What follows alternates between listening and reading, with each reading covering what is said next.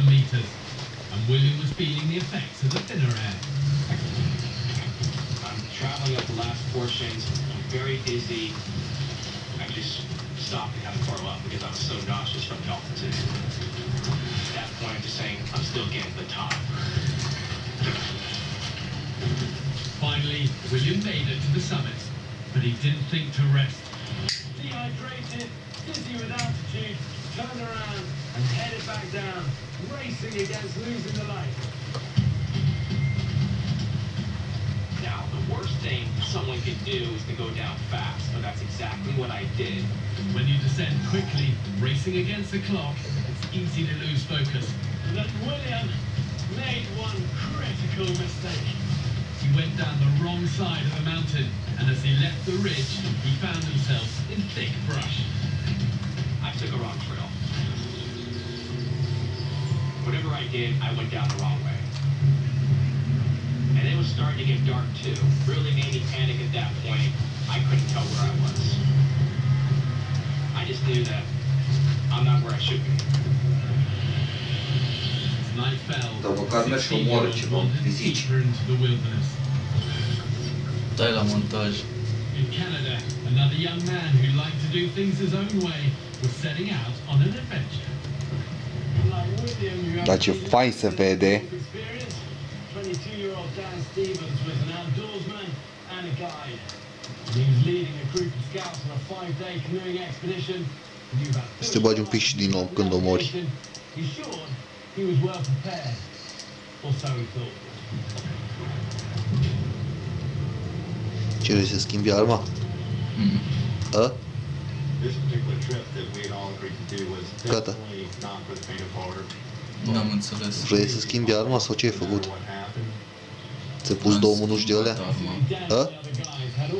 Am schimbat arma.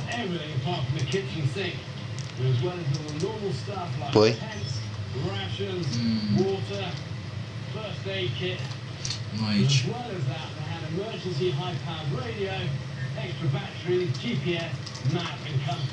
They were so prepared, it seemed as though nothing could go wrong.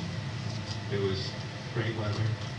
We had a strong group. We were having fun while we were going. Everything was really good. But on the 5th day of this hardcore trip, Dan left the group to go and find a trail between two lakes. To get from lake to lake, the boys would have to carry their canoe and all of their equipment overland.